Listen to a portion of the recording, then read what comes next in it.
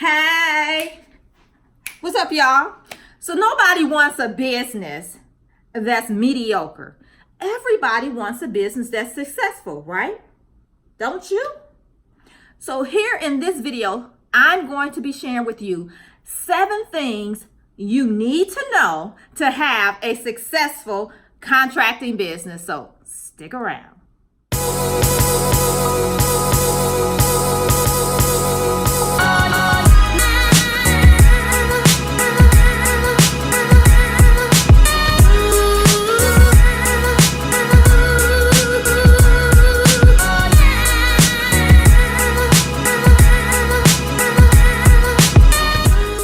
Best government contracting advice and business advice. Make sure you subscribe to this channel. Hit the little bell so that you can be notified when I put out new videos, which happens right here every Thursday. If you're curious about what the successful contracting business owners know that you don't, hint, successful versus still trying to figure it out, then you're going to want to chime in to these 7 things that I'm getting ready to share with you that successful contractors are doing. And by the end of this video, you're going to have all 7, right, for you to take and implement in your business. My clients are using these 7 things today, right now in their businesses to achieve the level of success that they desire. Now I want to share those same 7 things with you so that you can achieve the level of success that you desire in your business. So guess what? You're up next. Thing number 1, and I don't want to say thing because that sounds crazy. So let's just say tactic number 1. Stay horizontal in your business.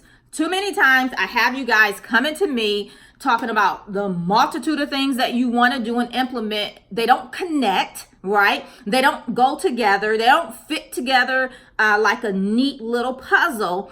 And you find yourself struggling, spreading your business and yourself too thin to achieve the level of success that you desire. So the first thing is you have to stay horizontal in your business and then stay focused on that. If you're not sure what that is, niche down, okay? Niche down, stay focused. Pick one thing, one area. Right now, you could offer multiple things under that one area. For example, if you chose construction, you could do electrical, plumbing, just depending on your capability. So you could have multiple things, but it's under one umbrella.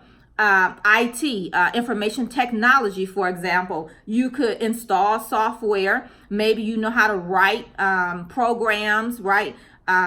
Maybe you know how to put together the hardware, whatever that looks like. But again, it's still under one thing. Same thing if you do janitorial, for example. You may do make-readies.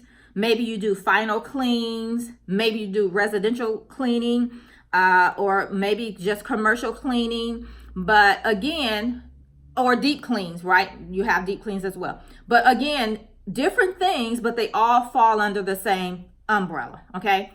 So again, niche down, stay focused on one thing.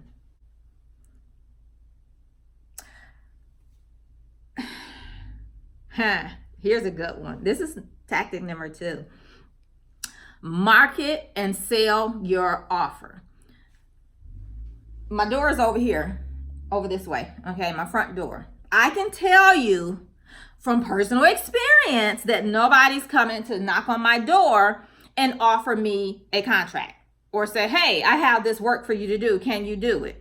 So that's why it's important that you get out and market your business and sell your offer. So it could be whether it's a service, a product, whatever it is, you have to market yourself, your business. And you can't stop there. You have to ask for the sale, whether that's in the form of a contract or, you just can sell a one-off project or a service, whatever it looks like, you have to close the deal. And you can't close it without asking for the sale. Now, I know marketing and sales can be daunting for some of you guys. So I am going to put a link in the description of a marketing plan that I've created. My clients are using it, and it's to market your business as well as business development. Yes, you need them both. And so I'll share that link with you guys down there if you want to grab that training and the actual outline of what you should be implementing and scheduling and all that great stuff. All right, that's it for tactic number 2. Market and sell your offer. Do me a favor. I want you to comment below with your one thing. I want to know, what's your one thing that you do? What are you selling or offering? What's your niche? Put that in the comments below. Not only will I see it, but everyone else in my community will see it. And you just never know what may develop, right? And guess what? It's a way to market your business. So you can check it off the list for today. All right. One down. So in the comments, what's your one thing? I'm down there waiting. I want to see it. Yeah. All right. Tactic number 3 is all about building relationships. And I can't stress this enough about building relationships before you need them. Here's the thing. If you think about personal relationships, you don't meet somebody today and marry them tomorrow, except for that show, Married at First Sight. So that don't count. Okay, that's something totally different. But ideally, you don't meet somebody today and marry them tomorrow. So you have to build relationships. My thing is build relationships before you need them. Okay? Build relationships before you need them. What type of relationships do you need? Well, it depends on your business, where you want to take your business, and what relationships you already have. But I can tell you there's nothing wrong with continuously, always building relationships. Even if you have a bookkeeper, for example, you may still want to build relationships with other bookkeepers. You never know what may happen. Or if it's your banker, right, you may want to build relationships with other bankers as well. So build relationships. It could be with attorneys, right, because you may need documents reviewed. Maybe you're thinking about doing a teaming arrangement down the road. So other companies that do what you do that you could possibly partner with in the future. You got to build a relationship first before it can become fruitful. And I would want to do that anyway, because you need to build up that like, know, and trust factor, not just for them, but for yourself. I always like to have, you can't see my stomach here. It's down too far, but let me see if I can show you. So down here, right in the stomach area, I'm talking about you want to have that warm and fuzzy feeling when you go into a relationship with someone and money's on the table. Just a little sugar for a dime, okay? Tactic number 4 is project management. You need to have a system in place for managing the projects, not only once the project is awarded to you, but even prior to that. What is your process for going out finding opportunities? What is your process for bidding opportunities? And then what is your process for delivering the opportunity, the project, so that you can get paid, right? So you need to have a system in place for that. Tactic number 5 is financial management, right? You're in business to make money, and you need to be on top of your finances to make sure that you're running a profitable business, that every project you do is profitable. Now, sometimes we might want to toe the line on that, but at the end of the day, you don't want to be losing money on projects. That will put you out of business really fast. Okay, so you want to definitely have a pause on your financial management. And let me just tell you something. If numbers is not your thing, if you don't know how to do bookkeeping is not your thing, then hire a bookkeeper. Okay, it's well worth the investment to have a bookkeeper on your team. I'm just saying. Okay, not only for profit reasons, but also when tax time come around, because you do know as a business owner, you are required to file taxes every year, which means, again, back to what? You need to have your finances in order. Tactic number 6.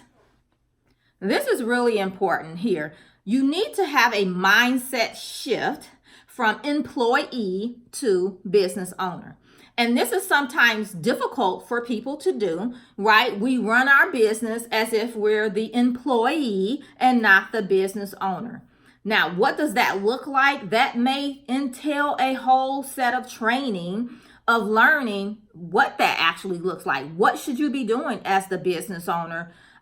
Because as an employee, right, when you go to a job, you wait for your employer to tell you what you need to do. And ideally, they may tell you that when they hire you, and you know at that point, or just depending on your job, it may be something where it changes and they always have to tell you, okay, this is what we're doing this week, or whatever that looks like. But again, they're providing the direction, training you may need, resources you may need, all of that great stuff. Well, as the business owner, that's now your job. So you need to know what that is. And it begins with the mindset shift. Okay. Tactic number 7, you need to step, right? Literally step into being the true visionary leader of your business. Okay. Whether you have employees today or not, whether you're working with independent contractors or not, it could be just you. I don't care. You need to change your thinking and be that visionary leader of your business. In my Contractors Edge Bootcamp, we kind of cover that in modules one, where we talk about your business preferences. That's part of being the true visionary leader of your business. You need to know what that is so that you can share that with others that are going to come work with you. They need to know what your goals are. Where do you want to take your business in the next year, in the next 3 to 5 years, right? What does that look like? What type of projects do you want to do? What is your income goal? Whatever that looks like, there's a lot of things to consider, but you have to set the framework for that. You have to have the vision, and then you need to be able to share that vision with others so that they can then be vested in the vision and help you achieve those goals. Remember, we're talking about having contracting success, right? Having a successful business. It encompasses these 7 things. Let me tell you what they are again as a recap. We talked about staying horizontal in your business, niching down, and staying focused on that one thing. The second thing is market and sell your offer. Third, build key relationships. Number 4 was project management. Tactic 5, financial management. Tactic 6, having that mindset shift from employee to business owner. Tactic number 7, being a visionary leader of your business and being able to share that so that you can get others vested in your business and achieve the level of success you desire. All right, so there you have it. That's the 7 things that you need to not only know, but really you need to start implementing these things in your business, like today, to start building up the momentum necessary to have the success that you desire. I say this all the time: consistency on the right things builds momentum, and then the momentum of that will build the cash flow for you. I promise you, that is the process. It works time and time again. You just need to stay on it, work it, and make it happen. All right? So, consistency, momentum, cash flow. It's coming your way. You just need to implement these 7 things. All right?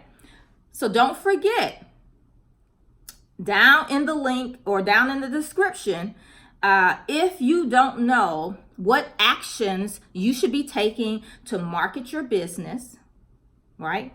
I have a product that I'll share the link below, all about the marketing activities as well as business development that you should be implementing in your business. I'll also come back and add the link to the project management tool that I created, where it has a step-by-step of what you should be doing from that project management role perspective in your business. You need to be doing that as well.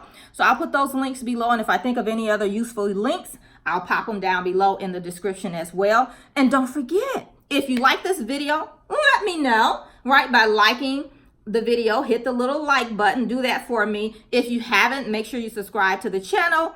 Hit the little bell so that you can get notified when new juicy videos just like this are coming out, as well as share this with a fellow business owner who could use this information today. Commit to sharing it with a couple of your buddies.